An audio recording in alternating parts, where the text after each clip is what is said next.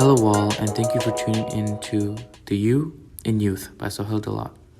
The You in Youth is a new podcast funded by the National Reach Coalition in hope to raise awareness of the stories of the youth between the ages of 18 to 25. The National Reach Coalition aims to help underserved racial and ethnic communities achieve health equity, and we hope to use this podcast as a way to build resiliency through unity among the youth by sharing the impact COVID-19 had on us. If you are interested in being interviewed on this podcast, please reach out to me at sdaulat@email.arizona.edu. That's spelled SDAULAT @email.arizona.edu. So welcome, Dylan Baya. How are you doing today? I'm doing pretty well. How about you? Doing well, thank you. So today we're going to basically be talking a little bit more about how COVID-19 has affected you and the people you've worked with and the community you grew up in. So can you talk to me a little bit more about yourself, who you are, what you've been doing for the past year, and what community you grew up with? Yeah, for sure. So first of all, thank you for coming to talk to me about this special thing. So hello, everyone. My name is Don Baya. I come from the Navajo Nation, a small little town part of northern Arizona called Chinle. And I'm not sure if you're really the most experienced with the Navajo Nation or any tribal lands. But for me, I grew up in a rural reservation of a place where everything's culture, family, respect, and it's a very different life living in the city. For us, we didn't have any running water, no internet, and really it's just a simple living. And for me, I grew up there, born and raised there, raised with my family, grandparents. They're the one that really taught me the culture and traditions for living how to be a good individual with the person with the cultures of Navajos. And yeah, I moved to the city to get an education with my siblings back in 2013. So it's been a few years since we've been here in the city, but we moved here because the education was not the best back at home. So we had to kind of get up and leave, but we still understand that we're here for a reason, and that's education. We still practice our traditions. We still live who we are. And yeah, now I'm here at ASU going into my third year studying biological sciences and neurobiology. And pretty much that's all you can know about me right now. Oh, okay, awesome, awesome. No, that's Yeah, great to hear. And no, that's really inspiring for you to kind of branch out and go to a different area just so you can, pursue education, but still hold those cultural values. And that's something actually I kind of want to talk to you about. So you did talk about the values that you were brought and raised up by and you still follow. Can you talk to me a little bit more about those values and how it really does connect the Navajo Nation together? yeah, for sure. So the way we connect with other people, it's kind of interesting. So we have a clanship. So each family has four different clans, but each person is made up of those four clans. So the way I introduce myself would be my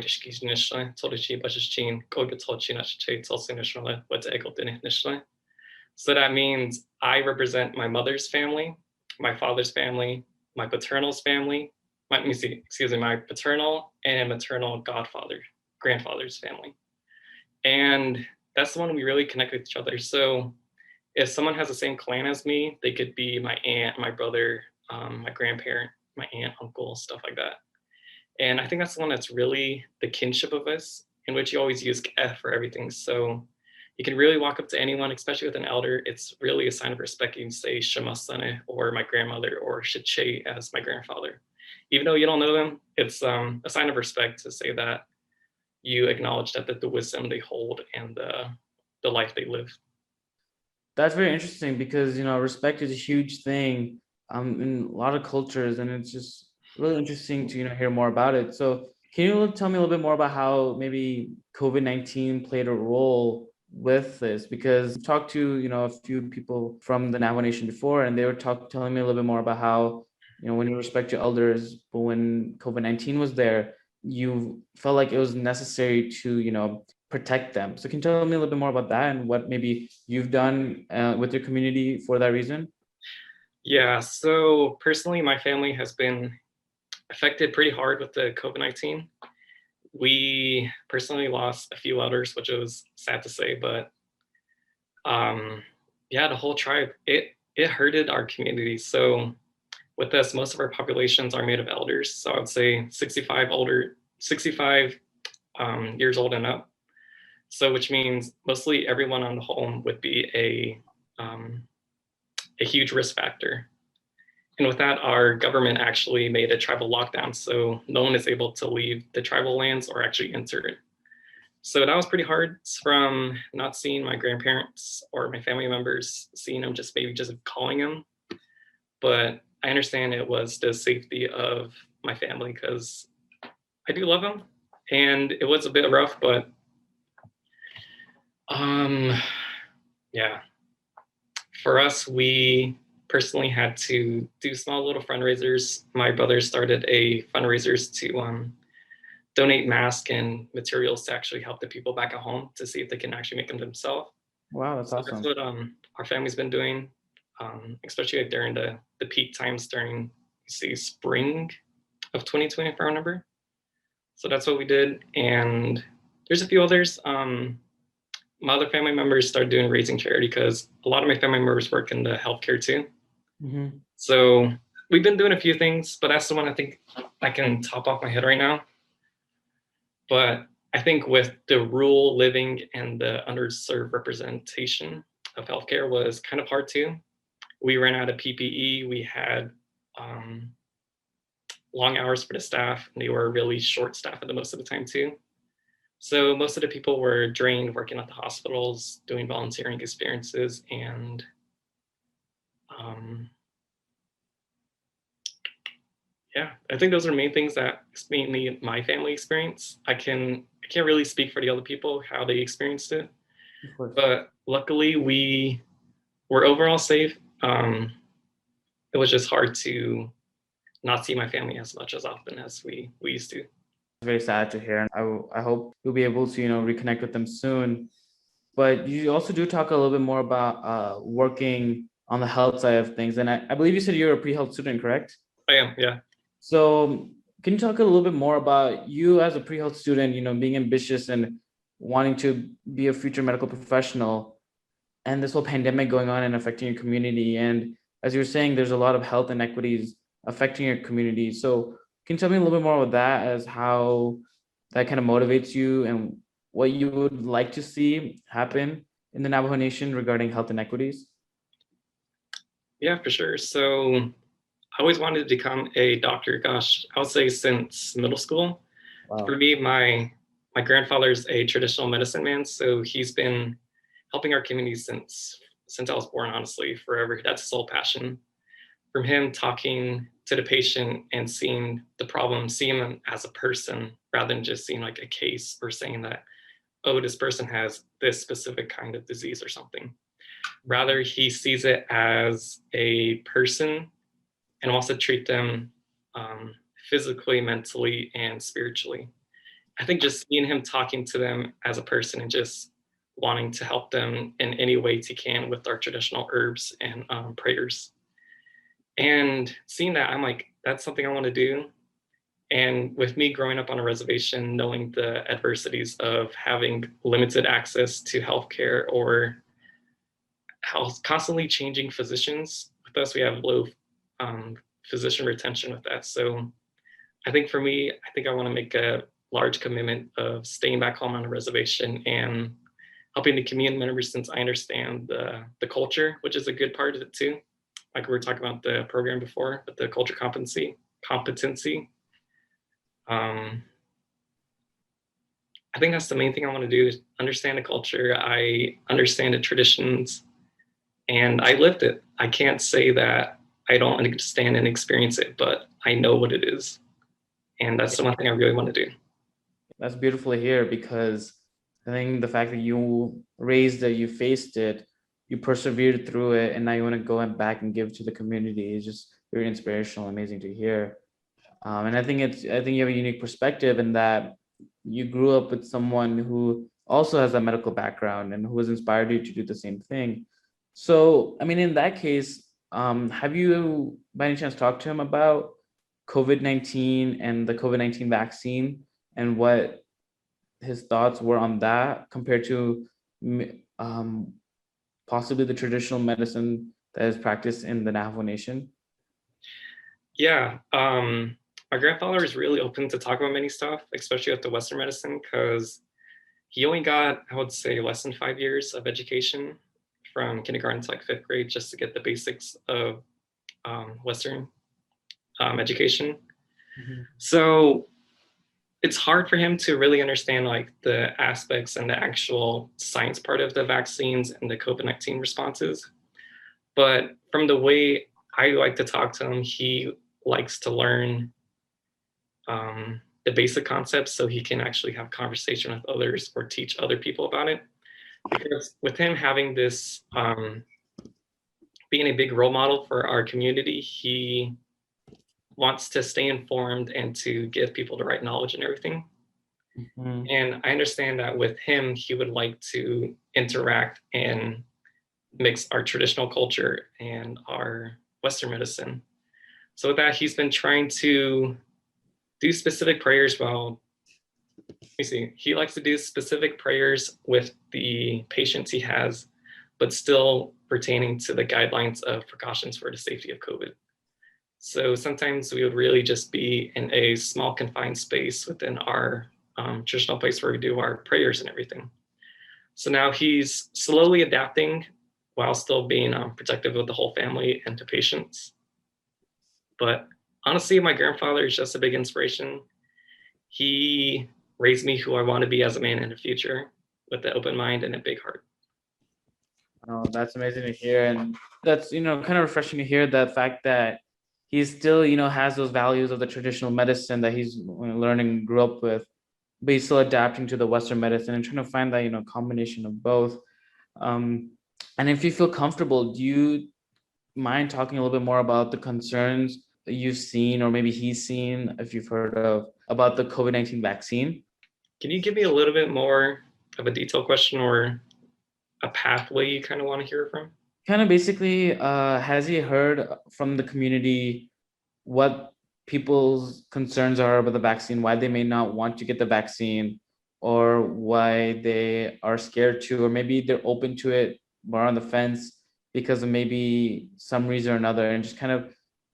For sure would be the lack of education, because many of our elders, like I said, we barely got minimal education funds from the Western civilization. And I think that's the one thing that's a major hindrance, is that we don't understand the microbiology or how the pathology of it all works together. And it's hard for us to translate that from English to Navajo, because it's hard for us to describe little things that we never seen before and to create a word that people would understand fully. And I think the one last thing is that we do understand that the vaccines are important. There's really not much people who would say they wouldn't get the vaccine. But I think the one thing was just the lack of education and just saying that we don't know what's in the vaccine. We can't really translate word for word for the vaccines for our people. What do you kind of suppose that could be done to kind of change that, to have that greater education for the community? Whether it's, I'm not really sure, maybe you can talk a little bit more about this, but do you all have kind of group meetings from where you grew up from, or is media and television a huge thing? Or can you tell me a little bit more about that? Yeah, I can. As of recently, we really haven't had any tribal community meetings within our townships. And that's kind of hard to do, especially with people still trying to maintain safety and everything. Because with us, we try to respect others and the safety of our elders. And the only one form of media we would probably have the rights to say, or the privacy, no, that's not the right word. The only form of media that we can control is our local radio station. And that's really run from a independent organization, but they also run with the correspondence with the government. I think that's the only way that people can really understand it. Other than that, the education funding, that's a bit hard right now because people are still trying to stay at home, work from home, and stuff like that. Thank you for telling me a little bit more about that. Now I'm going to transition more to you and your life as a student during COVID-19. So Can you tell me a little bit more about what you've done at ASU and kind of how COVID-19 has affected you as a student, especially as a pre-health student? Yeah, first semester was rough coming from like an in-person experience, wanting to stay involved with my organizations and still maintaining the social living of college students. And that was hard. I'm not gonna lie. Coming from a person who always likes to meet new people, stay interactive, and coming straight to living at home, staying with your family, staying indoors for a few months was kind of rough. Academic wise, it was not too bad. The only problem for me was to personally stay on track with my schedules of scheduling specific times for studying, for home activities with my family and stuff like that. But in terms of the organizations, the involvement, extracurricular activities, for me, I love being a active person. I love being a leader at my communities. And with that part, it was hard to keep the same motivation with the people not really showing the same expression or the excitement that I wanted to give them. And at some points, it was hard to stay interactive with them since nobody turned on the cameras, no one wanted to talk. And that was kind of discouraging. But I understand that even if I only um, interacted with one person who felt the same excitement, that was enough for me to continue on for the next couple months again. Okay, and so you talked about motivation.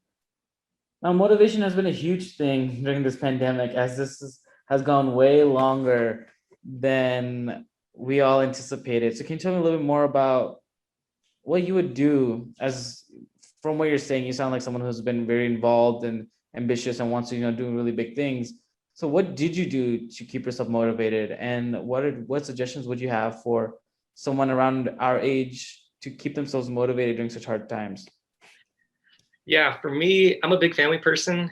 My family's been my rock and foundation ever since I was born, honestly.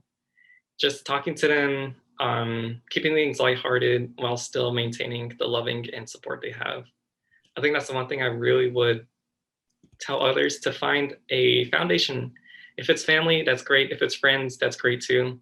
You just got to find a circle that you really trust and you could really find a love if you really need it sometimes, because life is hard sometimes for everyone. I think that if you have a good foundation for anything, or if you want to help others, I think that's a good phrase to start. Because I think all in all, it has to be you. That's what my family's been saying. We have a saying of just saying it's going to be what's at your table, which meaning it has to be you, in which it is true. And I do believe that with the foundation to have motivation, it's really down to the person. If they have the support, they have the drive, the willingness to go out into the open and just exposing yourself to help others. And did you feel that there were a lot of students who didn't necessarily have the support, and that kind of caused the lack of motivation? And possibly even if whether it be community partners or the university or outside organizations were able to give them that support, then they could have gone a lot further during this time? Yeah, that's what I truly believe. With the community members, I always try to interact with them, but I think just reaching out to people, I think as much as community outreach is great to give out to people who need it, I think that's the one thing that people could really work on. I understand that with the support I got from my faculty and advisors, they were there to reach out to me when I was feeling low with my interactions with other people. Mm-hmm. Yeah, I think that was pretty hard for many students. For me, I'm very fortunate for having my scholarship programs, having the interactions and drive to interact with people who still want to make an impact, even with the certain standards we're given today. And I think that was really hard for people. I'm really glad you brought that up about, reaching out, because, a lot of people, I feel like they're kind of scared to reach out and ask for help. But, I feel like there's a lot of people who, have gone through similar things, and reaching out, I think, would help them get that support that they need. I think it just took everyone for a giant reflection that not many people thought they would have it very soon. Mhm. And I think it is great with the aspect of taking some time to reflect on what we want in our life. I know many of my friends, many advisors took a step back and they found like a true purpose of what they want to do in the future, which is always great to see. And I think that's the one aspect I took from the whole COVID thing is just to realize, self humble, and set myself the goal of still continuing to be a physician to help the people of the communities. And yeah, I think I'm pretty sure this just really solidified my goal just to go into healthcare. I guess what do you think is the biggest thing that really kind of showed you that? Like, can you talk a little bit more about that? I think that's a really interesting topic to maybe talk about is what about this pandemic and seeing how there's frontline workers and doctors in your community, outside community, just kind of everywhere who are trying to, really make the impact. So like, what did you really appreciate about that and what kind of motivated you about all this to still want to continue that path? Yeah, so like I said before, I have some family members working in hospital, working on front lines, like my brother right now. And I think just seeing them just talking about it, seeing that the patients are willing to get help, excuse me, just seeing them talk about it and having an open heart, seeing them go through the struggles, seeing them get better. I think that's the one part that really just made me happy to say that they came to reach for help when they were low, but they helped them to get treated and they slowly see the progression of them getting back to health. I think that's the one thing for me. And I did see that my family members were exhausted when they talked about it. They were saying that seeing multiple patients throughout the day, such as like 20 plus, and just I want to help mitigate the number of patients that are slowly. Now, I want to mitigate the responsiveness of it, I would say. I'm not sure if that's the right word, but I want to help the community members since it is understaffed. And I do understand that they did as much as they can, and we're still trying to fight it off as we speak.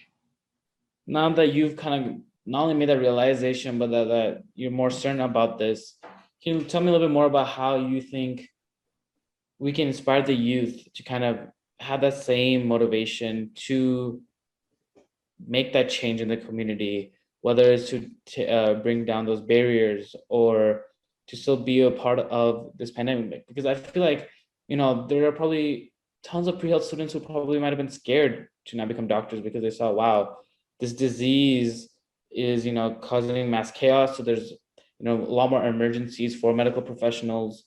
Um, it's something that the doctors have to kind of risk their lives for and put themselves in dangerous situations. So can you tell me a little bit more about like what do you think can be done to kind of show them like the more beautiful side of things about how it is dangerous and it is risky, but kind of motivating them to look past that?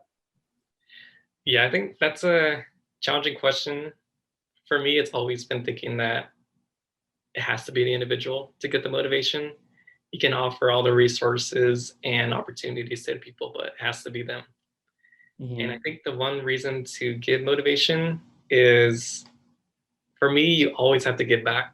It's not great to take everything that's been given to you and just be selfish and greedy with the opportunities.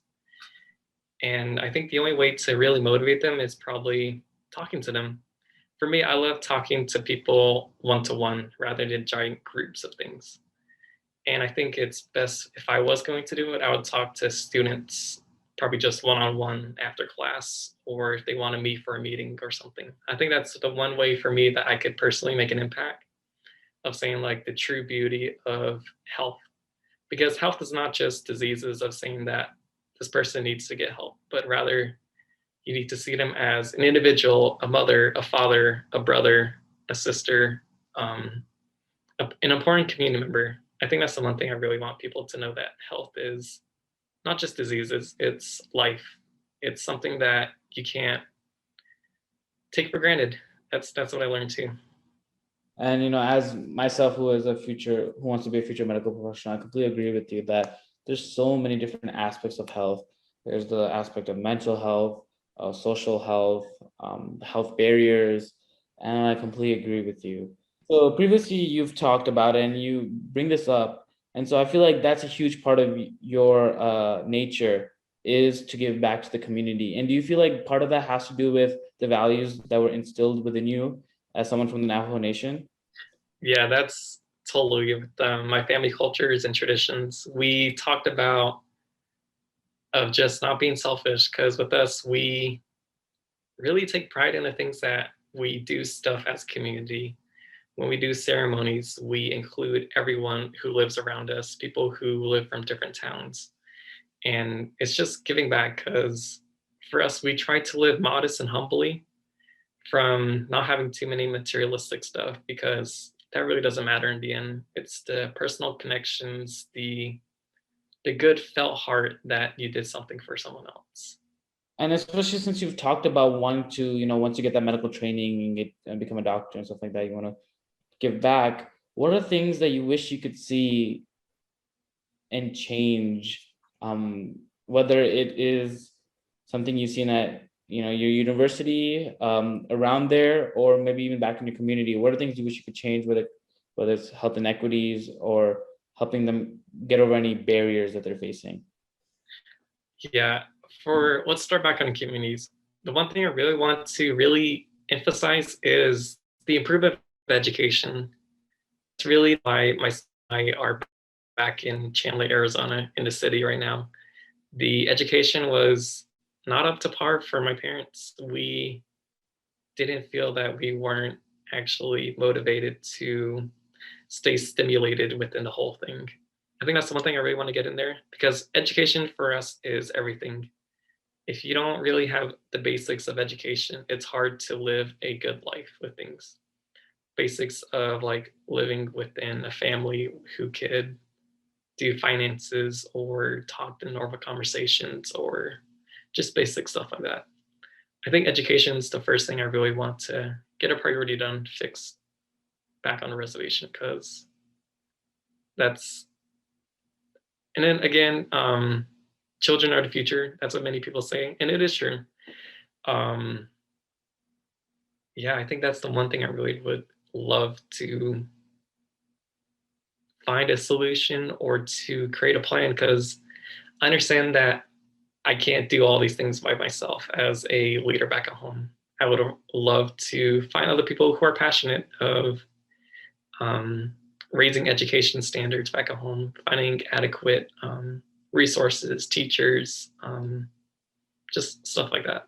And yeah, you've talked about education not only with youth now, but even you said your grandpa, I believe, also do not necessarily have the education, which he probably, he sounds like a very knowledgeable man and very one with a lot of initiative, especially with the medical initiatives he's been starting. So education sounds like a really big thing that could play a huge role. And then it makes me wonder, what aspect of education are you kind of referring to? Are you talking more about motivating students to want to get educated? Are you talking about the resources that they have? Is it a technology? Can you talk a little bit more about that? Yeah, I can. So, in general, all of them. um, the technology, we don't have fundings for that. Most of our students don't have internet, which is sad to say, because everything's going to the internet base with classes, homeworks, and everything. And I think that's the one thing that COVID was really hard for, especially with my aunts too. They work in the education systems too. And with COVID, the students weren't allowed to go to school. So they had to send home weekly work packets for the students to take home and somehow get on phone calls with them, talk about and see if they have questions within it. But it's really self-education at that point.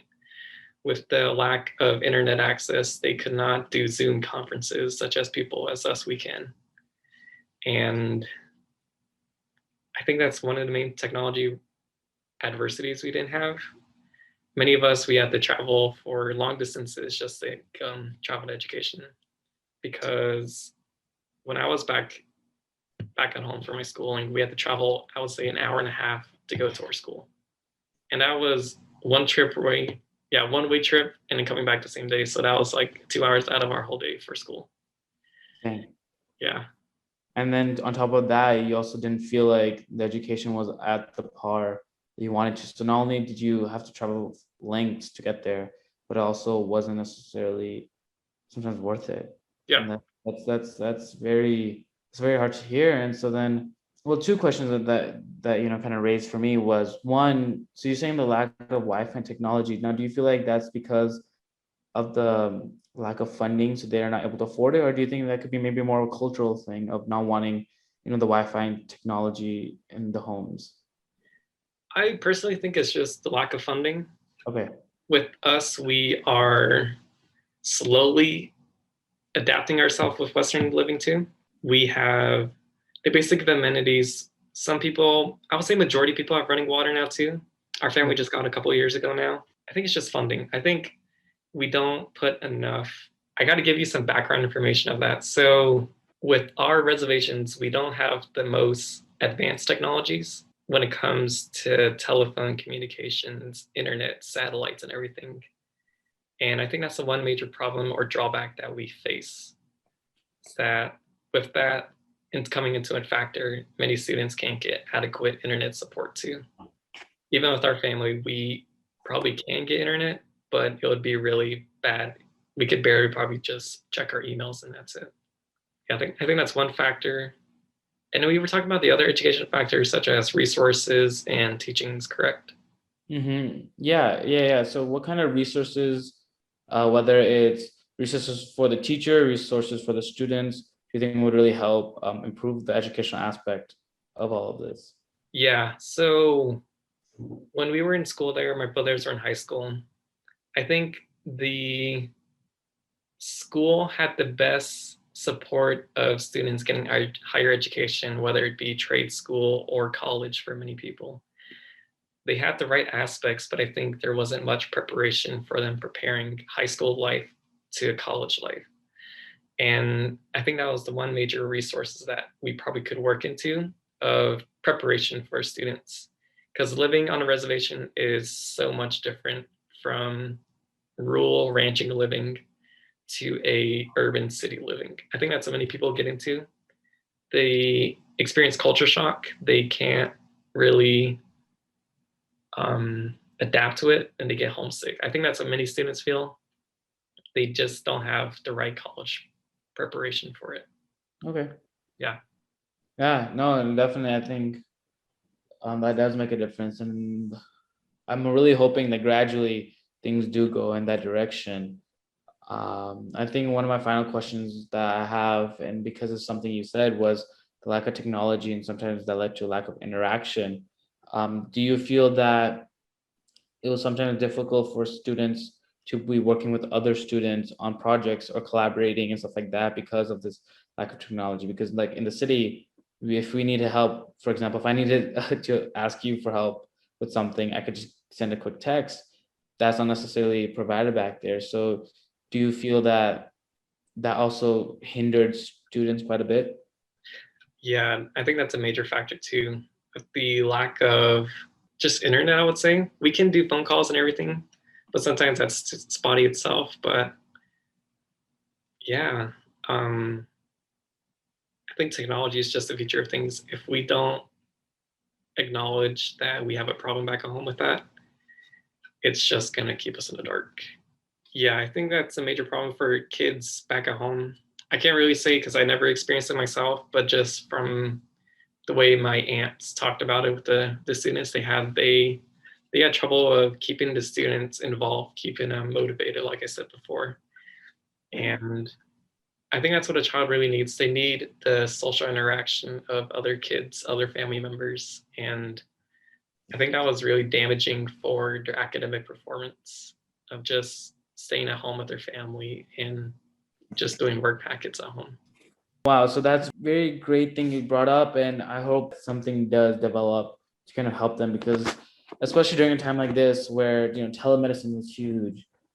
Zoom was used for student learning and just communicating with others, and I think, as you said, that is the future. And for the next generation to be able to keep up with everything, technology, would be very helpful. But nonetheless, thank you so much, Dylan Baya, for your perspective on how COVID-19 affected you and the community you grew up in. I really enjoyed talking to you about COVID-19's major impact, and I really liked your perspective as a future medical professional and your grandfather's influence on the medical side of things during the pandemic, as well as the barriers that are created in the Navajo Nation, especially for the students who did not necessarily, have the technology or education to be able to deal with all of this and persevere through it. So thank you for your perspective, and I hope you have a great rest of your day. Yeah, perfect. Thank you Thank all you for for tuning in letting to the this You conversation with in me. Youth. I Stay appreciate tuned it. for the next episode as we continue to dive deeper into the different effects the pandemic has had on the youth and the communities. As always, I would love to have more people join me on my podcast and share their perspective and stories regarding their experiences of COVID 19.